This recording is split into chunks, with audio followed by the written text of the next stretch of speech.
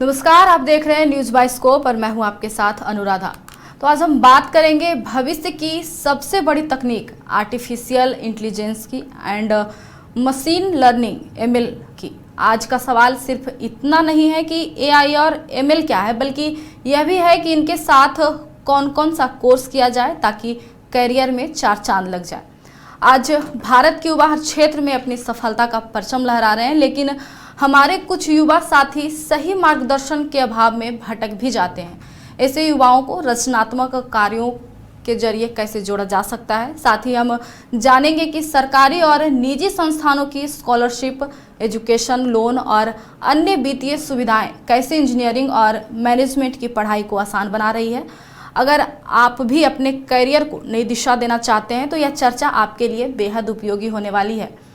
तो इस पे ज़्यादा जानकारी के लिए हमारे साथ हैं गुरु Govind Singh technical campus engineering and management college के निदेशक डॉक्टर प्रियदर्शी जरूहार जी। सर, तो आपका बहुत बहुत स्वागत है न्यूज़ बाय स्कोप में। तो आज हम आपसे जानना चाहेंगे कि आज के भारत के युवा हर क्षेत्र में अपनी सफलता के परचम लहरा रहे हैं, लेकिन हमारे कुछ युवा साथी सही मार्गदर्शन के अभाव में भटक भी जाते हैं। ऐसे युवाओं को रचनात्मक कार्यों के जरिए कैसे जोड़ा जा सकता है? देखिए, भारत आज एक विकासशील देश जरूर है, लेकिन इसकी तरफ पूरे विश्व की निगाह लगी हुई है, क्योंकि यहाँ के जो अभी युवक हैं और एक सबसे बड़ी जो प्रतिशत है यहाँ की आबादी की, वो युवा वर्ग की होने वाली है। और आने वाले 10 वर्षों में विश्व के सबसे अधिक युवक संभवतः हमारे भारत देश में ही रहेंगे। और इनके बीच एक बहुत अच्छी कनेक्टिविटी भी बनी हुई है सोशल मीडिया के नाम से, और बहुत सारे ऐसे आजकल जो हमारे चैनल्स आ गए हैं और इंटरनेट के माध्यम से। तो इसमें लेकिन सबसे ज़रूरी जो बात है कि जब विश्व की और भारत देश के भविष्य की संभावनाओं की बात है, तो ये तो सही है कि इनमें काफ़ी एनर्जी है और ये अपने काफ़ी उत्साह से अपने कार्यों को कर भी रहे हैं। लेकिन साथ साथ जो कि आज की नई तकनीकी है, जिसमें कि AIML हम जिसको कह देते हैं, आर्टिफिशियल इंटेलिजेंस और मशीन लर्निंग, तो इसमें साथ साथ उनको संस्कृति, कला, पुस्तकों से भी जुड़ना है, क्योंकि कोई भी ऊर्जा अगर वो सही रूप से उसको संगठित करके एक दिशा निर्देश नहीं दिया जाए तो वो एक व्यर्थ हो जाती है। जी, तो हमारे यहाँ सर एक कहावत भी है, पढ़ोगे लिखोगे बनोगे नवाब और खेलोगे कूदोगे तो होगे खराब। हालांकि आज ये अवधारणा टूटा है, पर अभी भी बहुत सारे ऐसे पेरेंट्स हैं जो बच्चों पर पढ़ाई का दबाव बनाते हैं। पर आप एक शिक्षक हैं, आप ऐसे पेरेंट्स को क्या कहना चाहेंगे?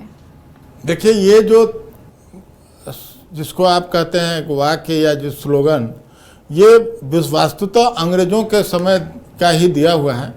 और 1770 के दशक के दौरान जब एडम स्मिथ नाम के विश्व के प्रसिद्ध अर्थशास्त्री हुए और उन्होंने वेल्थ ऑफ नेशन थ्योरी का एक अपना एक थ्योरी दी, और उसके तहत मैं कहता हूं कि हम जैसे देश भारत, जो हमारे इसे खास करके इस महाद्वीप में जो भी देश हैं, जिसमें कि बांग्लादेश भी है और पाकिस्तान भी है, श्रीलंका है, बर्मा है, अफगानिस्तान है, तो ये सारे जो देश हैं उन लोगों की काफ़ी बड़ी संपत्ति आज यूरोप में चली गई। और वहाँ उन्होंने ये थ्योरी दिया कि भारत से कच्चा माल सस्ते में ले जाना और अपने फैक्ट्रियों से महंगा माल बेचना, वो एक जनरेशन था।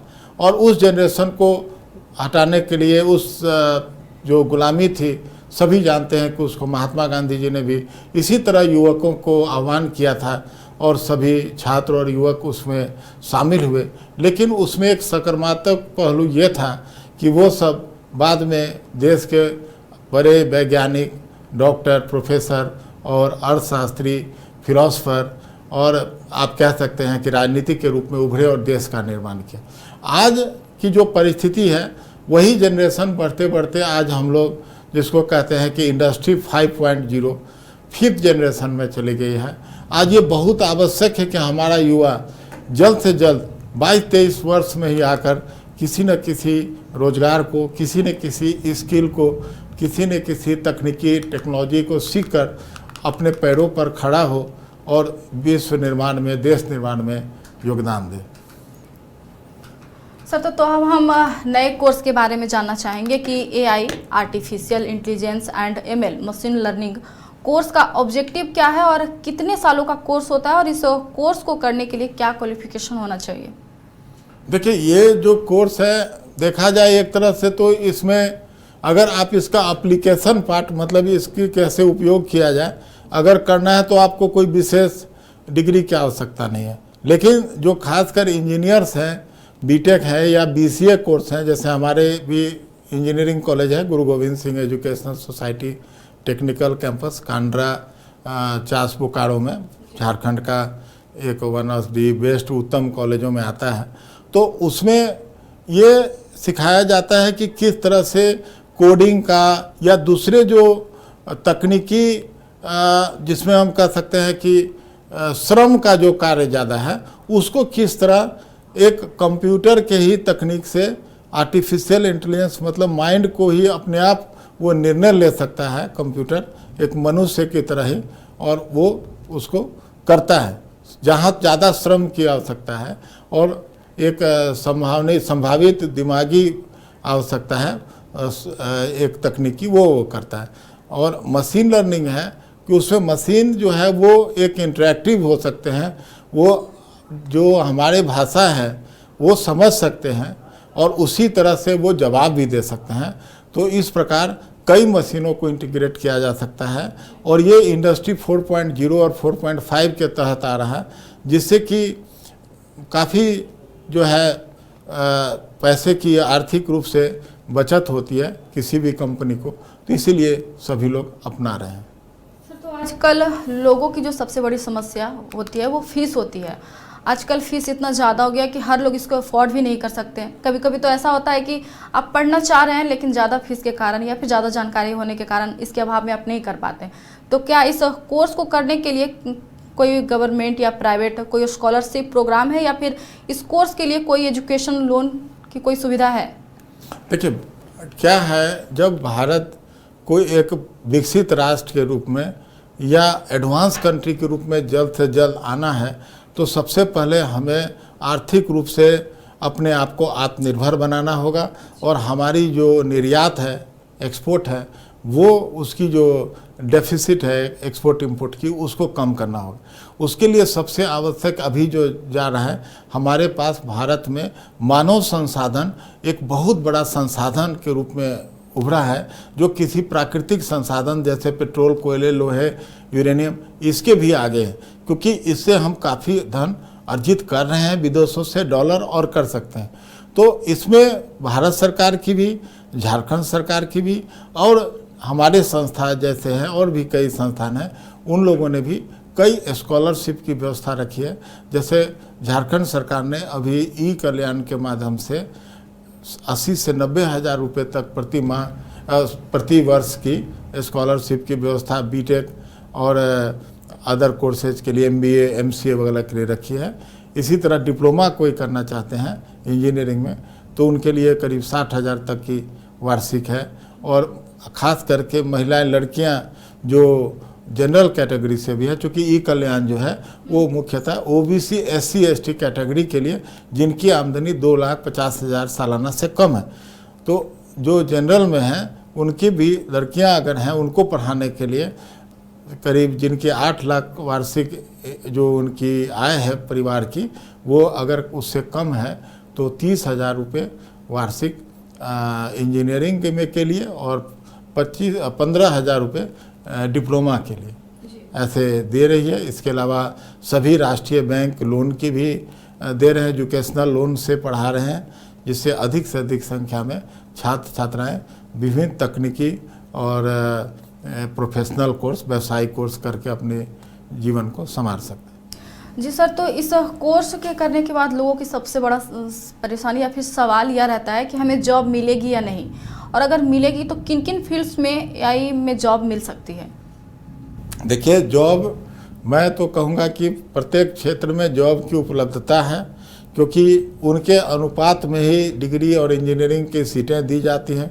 प्रश्न ये उठता है कि छात्र छात्राएं उस पढ़ाई को कितना संजीदगी से, कितना ध्यान से उस चीज़ को, कोर्स को पूरा करते हैं। और उसमें साथ में क्या है कि अब खेल कूद, सांस्कृतिक कार्यक्रम, इन सबों चीज़ों से भी भाग लेते हैं, जिससे स्वस्थ मन में ही हम कहते हैं स्वस्थ शरीर का विकास होता है। जी, तो सर आजकल युवाओं की सबसे बड़ी परेशानी यही रहती है, या फिर बोलचाल में हम लोग डिस्कशन भी करते हैं कि एआई आ गया है, भविष्य में नौकरियां खत्म हो जाएगी। तो क्या एआई के आने से नौकरियां खत्म हो जाएगी या फिर नए नौकरी के अवसर प्रदान करेगा?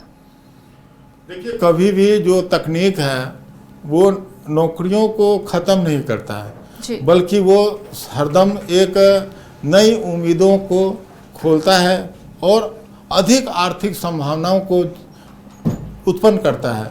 क्योंकि ऐसे जो तकनीक है, इससे जो इफ़िशियंसी है जिसको कि हम, और उत्पादकता है, प्रोडक्टिविटी और क्वालिटी, ये सब चीज़ें बढ़ती हैं। और जो सबसे बड़ी चीज़ है जिसको कि वेस्टेज कहते हैं, और उसको हम ह्यूमन रिसोर्स वेस्टेज भी कहते हैं, वो सब कम होता है। तो स्वाभाविक रूप से हमें सिर्फ वो सीखने की ज़रूरत है।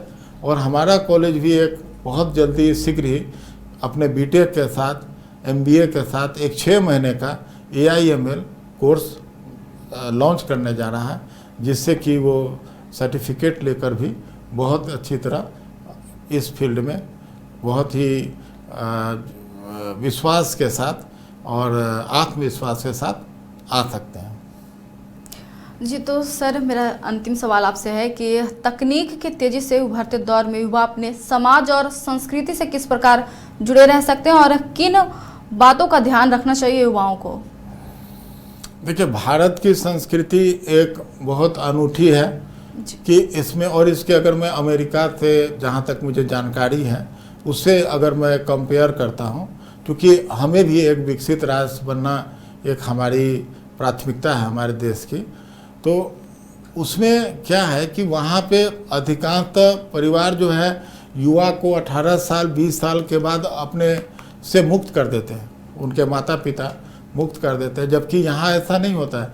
यहाँ पे हमारी एक तो परंपरा बहुत अच्छी रही है और अब संस्कृति इस तरह की रही है कि बच्चों को काफ़ी उम्र तक भी अपने परिवार उनको साथ देते हैं, पढ़ने के लिए मदद करते हैं।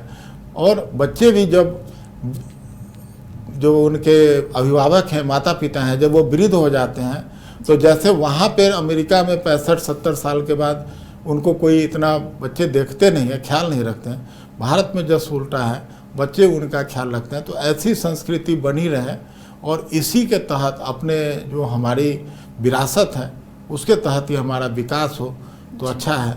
आजकल के छात्र छात्राएँ ये कहना नहीं चाहिए, ठीक है वो विदेश से बहुत प्रभावित हैं, क्योंकि इंटरनेट के द्वारा वो सभी से इंस्टाग्राम, फेसबुक, टेलीग्राम, इन सब जो स्रोत हैं, यूट्यूब, इन सब के माध्यम से, फेसबुक से जुड़े हुए तो हैं, लेकिन उनसे हमें अच्छी चीज़ लेना है।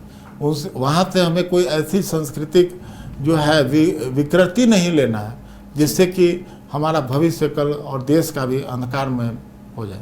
जी, तो बहुत बहुत धन्यवाद सर आपका। आपने AI&ML, career, engineering, management, scholarship और एजुकेशन लोन जैसी महत्वपूर्ण विषयों पर बेहद सरल और उपयोगी जानकारी साझा की है। हमें उम्मीद है कि यह चर्चा लाखों छात्रों और अभिभावकों को सही दिशा देने में मदद करेगी। घर रहने का मकान भर नहीं, ये खुशियों की तिजोरी है।